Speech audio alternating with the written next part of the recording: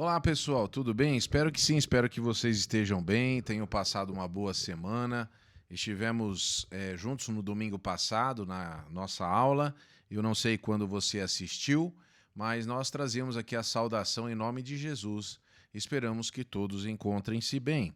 Nós vamos iniciar nossa aula hoje, onde trataremos do assunto a missão da igreja local, mas primeiro vamos fazer uma oração. Senhor, estamos na Tua presença, estamos desejosos de aprender mais da Tua palavra, aprender sobre a igreja, esse assunto tão importante. Ajuda-nos, Senhor, nesse momento que estamos juntos aqui. Nós te agradecemos em nome de Jesus. Amém. Vou ler Mateus 22, de 36 a 40. Mateus 22, de 36 a 40. Mestre, qual é o maior mandamento da lei? Respondeu Jesus: Ame o Senhor seu Deus de todo o seu coração, de toda a sua alma e de todo o seu entendimento. Este é o primeiro e maior mandamento. E o segundo é semelhante a ele: ame o seu próximo como a si mesmo. Desses dois mandamentos dependem toda a lei e os profetas. É muito difícil, queridos, definir a totalidade da missão da igreja. É uma tarefa muito complexa. Muitos estudiosos já enunciaram os seus posicionamentos, mas nem sempre eles concordam. Por causa dessa complexidade, nós entendemos que, pelo menos, existe uma tríplice missão da igreja, ou seja, uma só missão que pode ser compreendida de três maneiras: a missão para com Deus, a missão para consigo mesmo ou com a própria igreja e a missão para com os outros.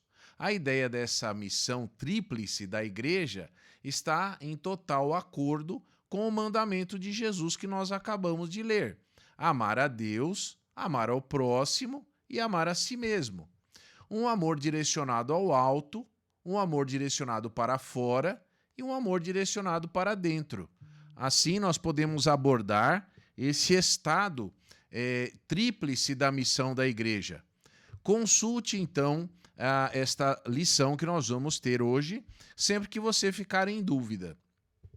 Para experimentar esta tríplice missão, a nossa igreja almeja o crescimento nessas três dimensões: para cima, para fora e para dentro. É um crescimento em todas as direções.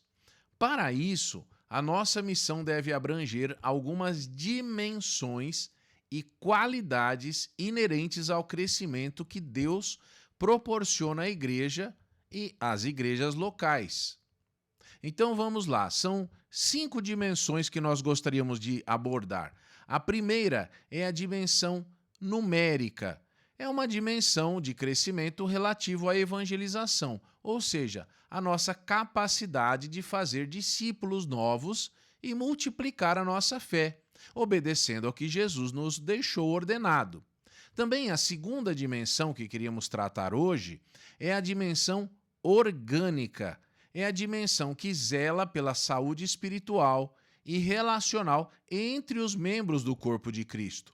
Isto deve ser feito por meio do cuidado mútuo, a koinonia ou a comunhão.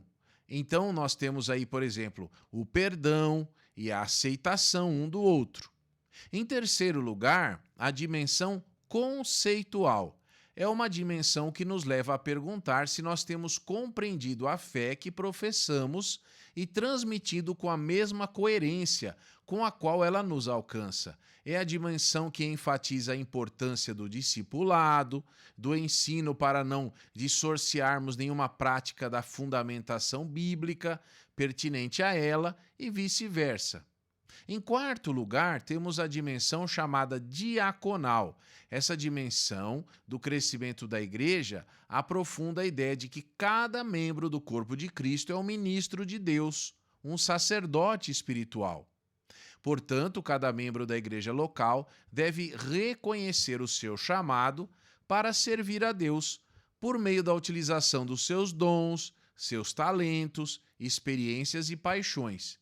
E em quinto lugar, é a dimensão litúrgica, ou seja, esta dimensão nos lembra que a finalidade da nossa vida é glorificar a Deus e alegrar-se nele para sempre, através dos cultos que celebram a presença ativa da presença de Deus.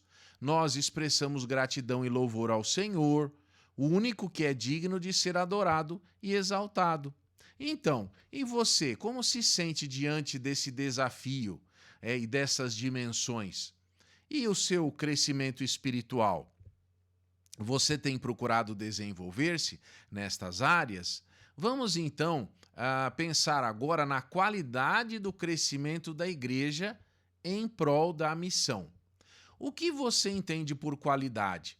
Para saber se algo é de qualidade ou não, é necessário que haja um padrão de qualidade. Normalmente as empresas fixam um padrão de qualidade para saber se estão adequadas ao mercado e à expectativa dos seus clientes. No que diz respeito a nós, é a Bíblia que estimula e estipula esses padrões em qualidade para o crescimento espiritual dos servos de Deus e da igreja. As qualidades do crescimento da igreja foram desenvolvidas por vários estudiosos e elas nos ajudam a resumir o que podemos estabelecer como padrão de qualidade na vida da igreja. Então nós temos, por exemplo, padrões de espiritualidade, padrão de encarnação e de fidelidade. Estes padrões são inerentes ao crescimento e podem ser analisados através de dimensões da igreja que nós acabamos de citar. Em sua vida pessoal, também é possível fazer essa avaliação. Será que a nossa igreja está crescendo de forma saudável? Será que as pessoas que compõem a igreja estão apenas aderindo a um movimento ou estão verdadeiramente crescendo na vida com Deus? Então, quero ler aqui uma citação de Costas, Apu de Caldas, em 2007, na página 68, que diz assim: a espiritualidade tem a ver com a presença e operação dinâmica do Espírito Santo no crescimento da igreja. Se o crescimento responde à inspiração e motivação do Espírito e reflete os seus frutos.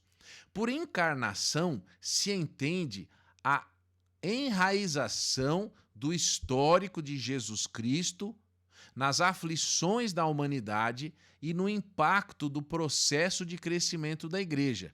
Em outras palavras, até que ponto a igreja está experimentando um crescimento que reflete a compreensão, o compromisso e a presença de Cristo entre as pessoas desamparadas e dispersas? Por último, a fidelidade tem a ver com a coerência entre a ação da igreja e os propósitos de Deus para seu povo, posto de uma outra forma em que medida responde o crescimento. Qual é a experimentação da igreja às ações de Deus na Bíblia e os seus desígnios na história? Então, eu vou fazer aqui 3 perguntas. Como está a sua vida espiritual com Deus? Como você está vivendo a imagem de Jesus no mundo? E, em terceiro lugar, como é que está a sua fidelidade a Deus? Estas 3 perguntas são muito importantes para que você responda com você mesmo. Ore pela igreja, para que a sua igreja seja uma igreja atuante, uma igreja envolvida, uma igreja que não apenas, lógico, tem crescimento numérico, também queremos que muitas pessoas conheçam a Jesus. Nós não escondemos isso, mas nada adiante um crescimento explosivamente numérico se não houver a qualidade, não houver a identificação com Cristo. Eu espero que você tenha aprendido algo na lição de hoje. Na semana que vem, se Deus nos permitir, estaremos falando sobre a disciplina na igreja e você já fica convidado a participar. Muito obrigado, um grande abraço para você. Até a próxima aula, que Deus te abençoe.